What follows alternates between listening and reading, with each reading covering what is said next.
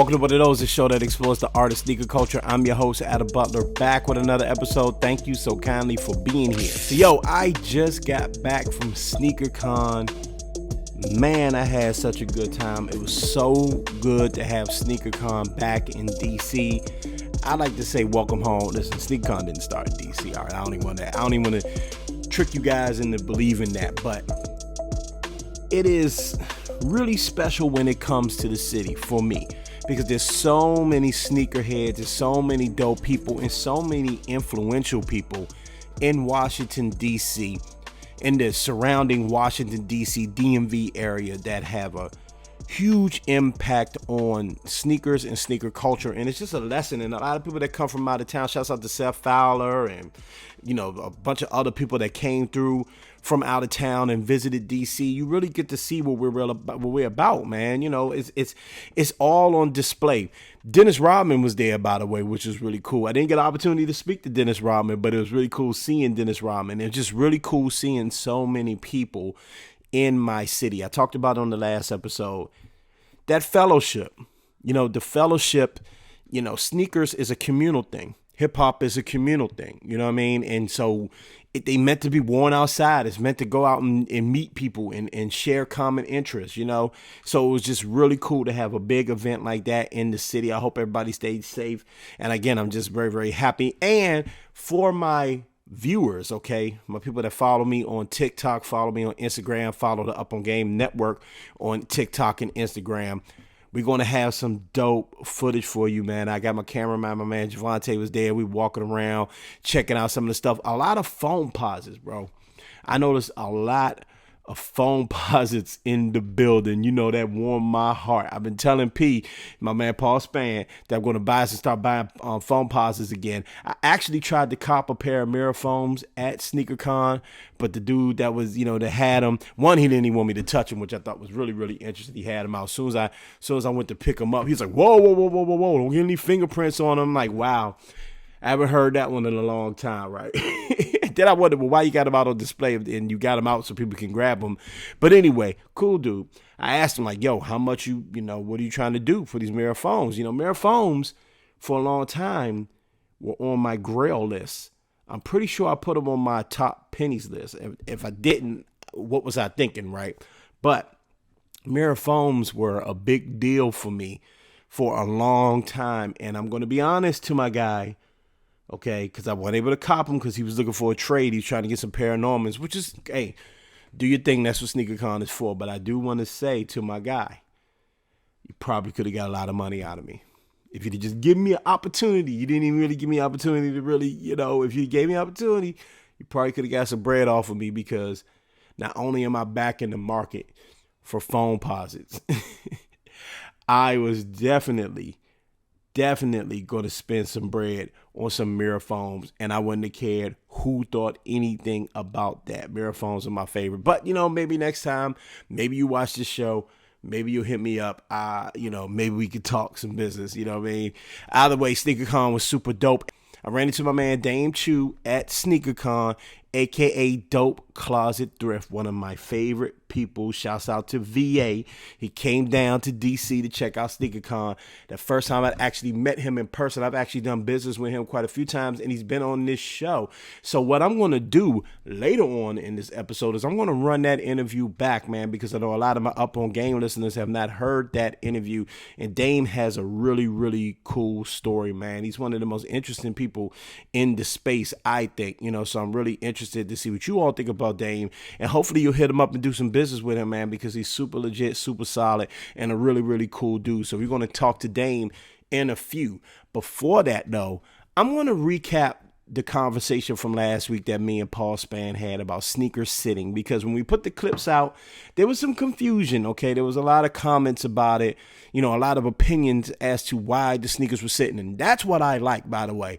Let me just tell you all before we jump into this. I love when we continue the conversation on social, and I haven't even had an opportunity to really respond to all of the comments. It was so many comments, man. So many people watched that video. Thank you for that, by the way. Really, I really appreciate that.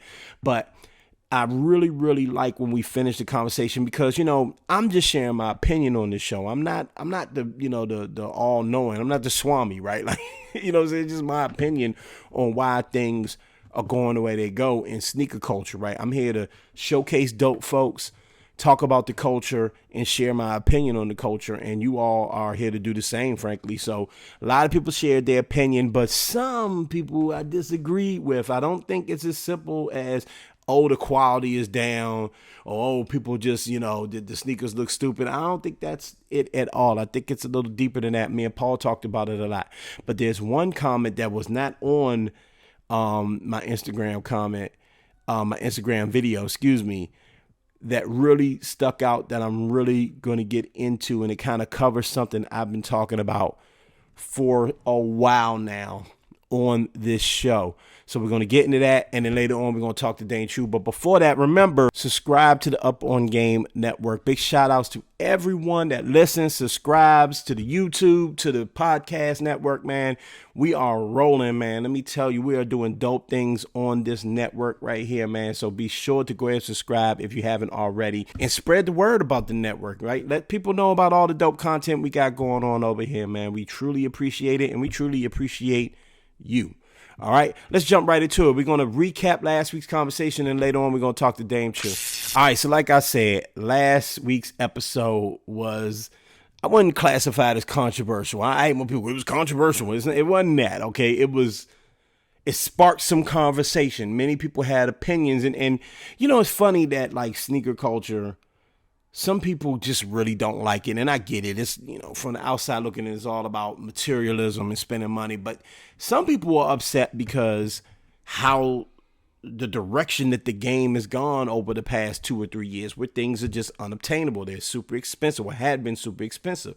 So what Paul and I were trying to do was showcase the fact that sneakers are sitting in stores. Not every sneaker, but sneakers are sitting, okay? And some people have a hard time with that. It's like old habits are hard to break, Some people are confused. Some people are frustrated. I think some people really have gotten into the resale game a little bit late and are realizing that, even though I will tell you, SneakerCon just happened and folks were there and people were buying. So it's not quite that, okay? The money is low for some folks, all right? Recession is real. And I am saying, yeah, the recession is real, okay? Inflation is definitely real. But it's people just being a little more picky with their stuff, right? People just being more picky, and you're just going to have to adjust your prices. Anyway, talked about that a bunch of times on this show. You can listen to older episodes to really get my thoughts on that. But there's a comment I want to read. And for my YouTubers, I got my phone out, all right? Because I got to read this one. I got to make sure, and I should get my glasses. In fact, where are my glasses? I'm going to get my glasses for this one. Hold on. All right, here we go. Glasses on, okay? Phone out. I got to read this one. Shouts out to Jalissa Nicole, friend of the show, The Blueprint on Twitter. She's been on this show before. Super dope. The Blueprint on Twitter. Shouts out to her, man. She said something that really stood out to me that I think sort of embodies this entire conversation that we've been having for some time. All right. Glasses on, reading the comment. Sneaker folk, let's chat. Why are you upset when a shoe you want is called a brick? Talked about that term brick on the show before. Why are there weekly tweets about, but if this were a collab, would y'all want it? If I want a shoe, I'm happy as hell when nobody else wants them because it's easy access. What's the problem? Boom. Put my phone up, glasses off. Boom. To me, that's the problem. The tide has turned, and the normal consumer of sneakers has decided, you know what? I can't spend my money on everything. I talked about this a few episodes back, right? When I listed some of the wackest things in sneaker culture, and I talked about the problem with collabs and that there are too many collabs. That has been an issue because the sneakers look dope. Don't get me wrong. The sneakers look dope. But when everything is exclusive and everything is special, then it's no longer special. If everything's exclusive, then it's no longer exclusive. You can't tease people all of the time, right? Listen, shouts out to Kari. He posted a picture from SneakerCon. I saw it too. There was this whole section of SneakerCon. And big shouts out to SneakerCon. But this whole section of SneakerCon that was called unreleased or something like that. It was basically just a bunch of shoes, early access. That's what it was called, right? Early access, not for sale. And it was a bunch of sneakers just sitting like in this little section with these sneakers that were, they're coming out soon. And they're just there. And we're at a sneaker convention, okay? I've been explaining to people, shouts out to my friends who have been asking about, like, what is SneakerCon? Because SneakerCon hasn't been in D.C. for a while, so a lot of people here, had no idea how SneakerCon even works. They heard about it, but they didn't really know what it was, right? And I was really explaining that it's in the name. It's a sneaker convention. It's a bunch of people there selling and buying sneakers with some entertainment sprinkled in. Right. So Dennis Rodman was there signing autographs. You got a DJ there. Some people are doing games and stuff like that. But for the most part, you're there to cop or sell. And that's what it is. So there's this whole section of sneakers that are there that are coming out soon that no one can buy. And that bothered some people, right? Because there's still this idea. It's like we haven't really agreed on where sneaker culture is right now. There's still this idea that, like, exclusive access is where it's at. I have something you don't. Look at me. And I'm telling you, the consumer base has decided that that's not where we're at with this anymore. So yeah, sneakers come out and haters call them bricks. Haters call them bricks because they're available. Haters call them bricks because someone else can have something that they can have and they don't feel special anymore. And to me, that's incredibly wild, incredibly strange. You're that self-absorbed that you have to be the only one to have this shoe. When there's so much out there, there's so many options. But you want the more expensive one because you want to feel special. Anybody that's running around calling stuff bricks, hating on what people buy, judging people, that's a problem. That's a major problem. You shouldn't be concerned about whether a sneaker is a high seller or not, whether it's expensive, whether there's only a couple of thousand of them put in production. You shouldn't be concerned about that. Do you like it? Does it look good on you? Do you feel good when you wear it? Can you afford it? That's it. I don't care if somebody got a pair of Reebok pumps. I got a pair of Reebok pumps. I'm going to start wearing my Reebok pumps. I dare somebody to walk up to me and tell me my shoe was a brick or whatever. I dare them. It's not going to end up pretty because it's me. It's mine. I do what I want. Again, I've said this before, and some people had an issue with it. That's what fashion is all about. I even had somebody point out, well, you don't look no different than everybody else. Okay, I'm wearing what I feel comfortable in. So what? Individuality doesn't mean you have to look insane. Individuality means you feel comfortable in what you do. Period. So yeah, I agree with my good sis. Why are you concerned about if the sneaker was a collab? Why does that matter to you? If the sneaker weren't a collab, is what she was saying. Why would everyone, you wouldn't want it? So? And this is all coming from the Armand Manier airship that came out, and some people have got access to that sneaker and other people haven't. And this is what I mean by there's still this thing going on where we want sneaker culture to be all about exclusive access, and we only made it for this group of people, or we only made it for that group of people, or only this group of people get access to it early. Remember a couple of years ago, DJ Khaled had everything new. Shouts out to Khaled. Hey, Khaled, if you're listening, come on the show. But there was a time when Khaled had everything new. And I get why sponsors and people that are in charge of seeding product felt like that was a good thing because he's a superstar.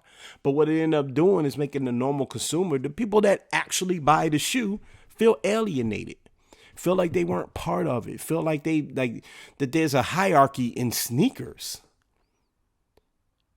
I'm going to say that again. It made people feel like there was a hierarchy in sneakers, that there's class levels in sneakers. And we've kind of created that, and that's really goofy in my opinion. We've kind of created that by saying, hey, Quavo has this, Khaled has this person gets that person gets that. That's one side of it.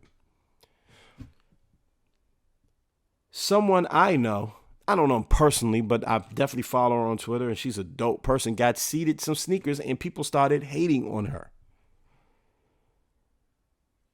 because they didn't get them. She got seeded some sneakers because she's been doing the work. She got seeded some sneakers because she's the right representative for Amamanya. Period. That's who they wanted to seed the sneakers to. Why you hating? Now they bricks. Now they, that's just, we got to cut this, man. We got to cut this out. This is supposed to be fun. I say it every week. It's supposed to be enjoyable. If you can't get your hands on a certain sneaker, do something else. And you certainly shouldn't be mad because the sneakers are available to everybody and they sitting in the store. Make your mind up. Either you want them to be available or you don't. Certain sneakers are sitting because we can't buy every single thing. Period. People are starting to make decisions and saying, hey, I have priority, so I can't buy that one right now. And for the people that are in the market and can buy the sneakers, you should just be happy. I'm happy.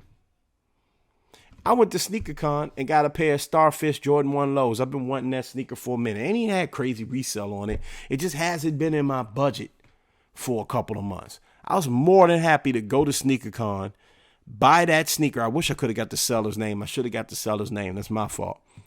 Go to SneakerCon, buy that sneaker for basically retail. Walk out of there and not feeling like, man, how am I going to feed my family tonight? That felt good. That's what it's supposed to be. That's how we're supposed to do it. Everything can't be exclusive. And you can't be hating on the people that have the opportunity to go get the exclusive. And just because you can't get the exclusive, don't hate on the stuff that's available. See this vicious cycle. What I just even said on my mouth sounds crazy. It almost doesn't even make sense. That's how silly we being right now. Okay? Sneakers are sitting. Some sneakers are sitting. And that's a good thing. You want to buy them, buy them. You don't. It's not a big deal. Okay? Now on to happier things. Again, I was at SneakerCon. SneakerCon was super duper cool. One more thing I do want to say about SneakerCon is shout outs to the people that listened to the show, that hollered at me at SneakerCon. That was a really good feeling. And also shouts out to people that I've been following on social media. Some people that have been on the show that I had the opportunity to meet in person. So cool, man. I really hope, with COVID and everything and all the crazy viruses out there that, we're able to duck and dodge that and have more events like this, man. I know there's going to be, sneaker shows. I know my folks from On My Feet are going to be at a couple of sneaker shows throughout the country over the next couple of weeks. I know it's something happening in like Houston, Texas and in Michigan and other cities. Shouts out to your city, man. Go to these events because they're fun. Be safe when you go to them, okay? Take proper precautions when you go to them. But go to these events because they are fun, man. And again, we can get out of this debating over what sneaker is this and is it sitting and does resell and all that. Forget all that, man. Get out and get some fresh air and talk to people, That's the dopest part, man. Being out there and actually seeing people with stuff on and going, yo, what are those? So cool, man. I'm so looking forward to going to these events. And I'm actually looking forward to doing live shows somewhere, man. That's another thing I want to talk about really quickly before we get to Dame Chew. I'm going to be doing live shows, man. I'm going to be on location recording, and I'm going to try to go live every now and then, man. So hit us up, okay? Hit us up. Let us know what topics you would like to see discussed in any live form. Let us know, man. We got some things cooking, and I met a lot of dope people at SneakerCon that's going to be on this show as well, man. Again, there's so many people in the world of sneakers that are doing so many amazing things, even outside of sneakers. I want to start having people on the show because we have common interests, man. There's going to be so much going on. I'm so excited. I could talk about this all day. All right, let me wrap up. I'm rambling now, so let me stop. Okay. Shouts out to my man, Dame Chew, Dope Closet Thrift, one of the true experts and pioneers when it comes to thrifting. All right. Understanding the thrift world, understanding the resale world, and just understanding the secondary market and all of that, man. He has an extremely interesting story. I talked to him a while back, ran into him at SneakerCon again. Really dope seeing him. So I want to share this conversation with y'all. All right. Without further ado, my man Dane Chu is in the building. Hey man, what up? What up? What up? What's happening? Yo, thanks for joining me, man. We were talking before we went on air about like how much I just love thrifting, man. You're a stylist, you're a thrift master, man. You're all things the culture. How did you get into this? My mom used to go to the thrift store all the time, and I didn't like it at first because nobody really at that time really wanted hand-me-down clothes or thrifted clothes. But then, like what I'm saying, as time progressed, I mean, I grew like a love for it. And I would frequent the thrift stores a lot, what I'm saying? Just on some like running in there, maybe like grabbing some work pants or whatnot. And I would like notice certain pieces that would be in there, like some polo pieces. And so as I started to go into thrift stores more and more and more, what I mean? It's just like that it became like an excitement of what I was finding. And I started to find some crazier stuff, I'm saying, some crazy pieces. And I started like really, really digging. So it started from my mom, not having the funds, what I'm saying, to, supply clothes for me, my brother and sister, and having to go to the thrift store. How did you flip that into becoming a personal shopper and a style consultant? So like, real quick, my cousin would come to my crib. So I would buy like mad polo pieces from the thrift store for like $4, $5 or whatnot. And we went to the same church together, me and my cousin, and he would be like, yo, where you get that from? Where you get that from? And I was like, the thrift store. And he was like, nah. I'm like, yeah. And then like his boys, because they was, I don't know if you say too much, they was in the streets. And so they would pull up and like one of his boys would come to church and be like, you got the polo crest, right? So boom, they would come to my house and shop my closet. Like all of the neighborhood guys would come to my house because I bought a home, and they would come to my house and shop my closet, and they would ask me for prices, and I would tell them like $20, which is ridiculous for like a polo piece. And so after a while, what I'm saying, people started hitting me up because at that time I was doing like a lot of like pants and polo pieces and sweaters, like the whole Young Joe joint. And then I just evolved into like, what I'm saying, more like casual styles, and people started hitting me up like, yo, I like what you doing, like your style. Like show me what to do. And then that's how it became like a style consultant type thing, because it was just me dressing me dressing how I wanted to dress and people liking it. You know what I mean? I love it, man. I'm saying this to like, again, I said this to you off air. To me, this is a big part of the culture. Like a lot of people get caught up in like the hype pieces, Supreme, and all that stuff's cool. Don't get me wrong. Yeah. But like, to me, a person with true style is somebody that can make it work, that can find a piece and make it work. And when you're talking about the sneaker culture aspect of it, which I think these two things go hand in hand, right? When you talk about that, like, again, sometimes you find the dopest stuff sitting in a thrift shop or in a consignment shop, man. I'm gonna ask you, I'm gonna throw this at you, bro. What's the dopest sneaker you found sitting in either a thrift shop or a consignment shop? I'm just supposed to be, because I found a lot over the years, and I think like round two, if you ever follow round two, they on their show. I've been on their show like almost every single show. That's another way I got ingrained into the culture too. But I found like Hermes scarves. I found Gucci belts. This summer I found Yeezy 350 V2s. Sitting in the thrift shop, authentic, not bootleg. I found polo cookie pieces. I found Polo Bear knit sweaters. I found Carmine sixes. I found P-Rod SBs, Carhartt SBs. Oh my God, bro. I love it. So much in the thrift store. Yeah, man. That people don't know. Yeah. Like a month ago, I found Batman SBs for $5. Wait a minute. You found Batman SBs for $5? 5 size, 11 and a half, 12. Yep. Wow. But you still got them? I went with this girl. Yeah. And she was like, I want to go with you thrifted. And I said, okay. And so we pulled up to the thrift store like 10 minutes before open, and she's not like she's not into it. So she looking at me like, why he so hyped? And I'm running in the thrift store, like the door opens, she like kind of moving slow. So I'm running like, boom, grab my basket, and I hit straight. I went straight to to the shoes. And so she like, why? She literally asked like, why are you running? I was like, you don't understand. It's like me and 5 other people in here, we going for the same thing.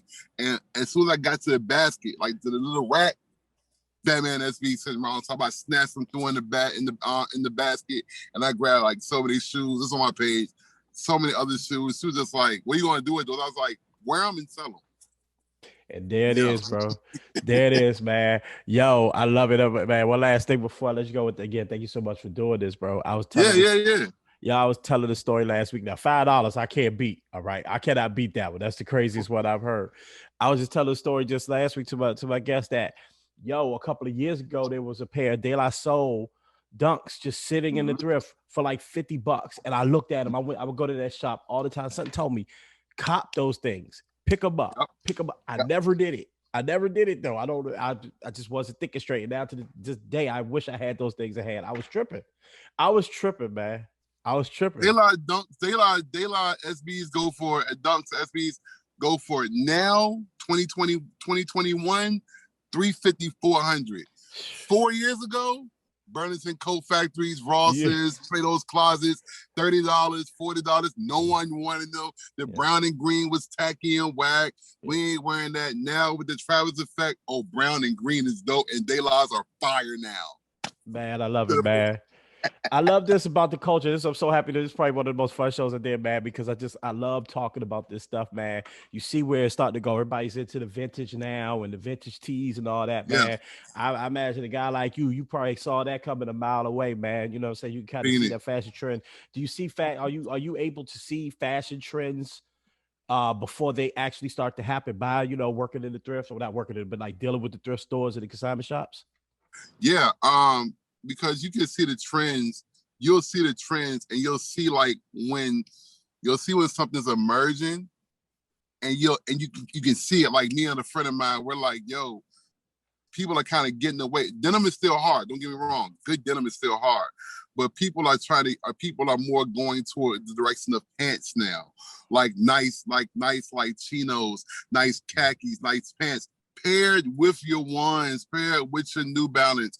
I see the New Balance thing being, it's never died, but I see it being another popular trend that's going to happen again because of the comfort, because of the style, because it looks dope with pants, because of some of the guys that's in the culture getting older and they're liking that comfortability and they still want to look stylish. So I see pants and I see New Balance, Asics, and things like that beginning to, and plus all the collabs, beginning to be that next cultural wave, and it's going to stay because if you're like DMV, the whole DMV, everybody know in DC area, New Balance has been a thing forever. In Philly and Jersey, New Balance has always been a thing, and it's got inducted into the South for the mid, more towards VA and Maryland.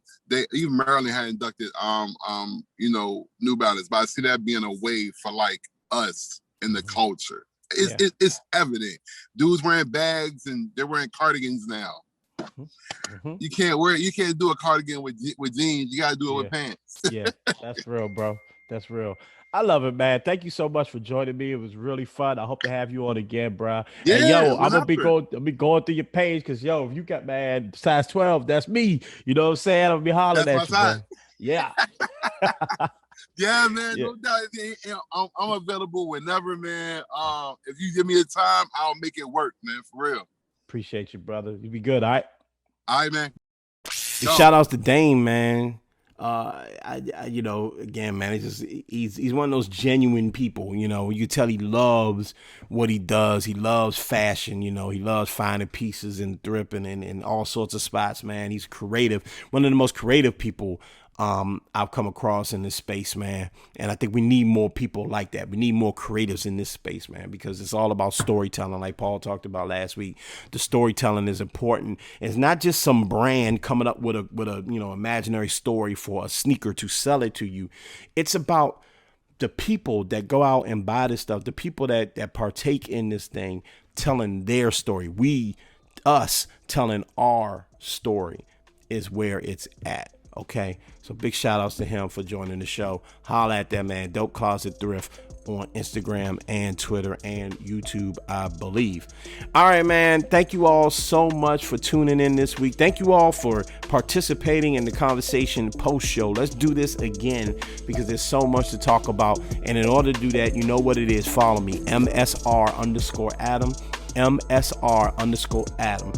Follow the team, Up On Game Network at Up On Game Network, and follow the squad at On My Feet Network. Man, we got a lot of things going on. All right, remember to subscribe to the podcast feed, subscribe to the YouTube feed, share the word, spread the word. You know what it is, man. I appreciate you all. Let's keep the conversation going. Remember to mind your mental health. Always do that. Remember to mind your physical health. Vitally important. And listen, keep doing what you do. Continue to be great. I'm up out of here. Peace.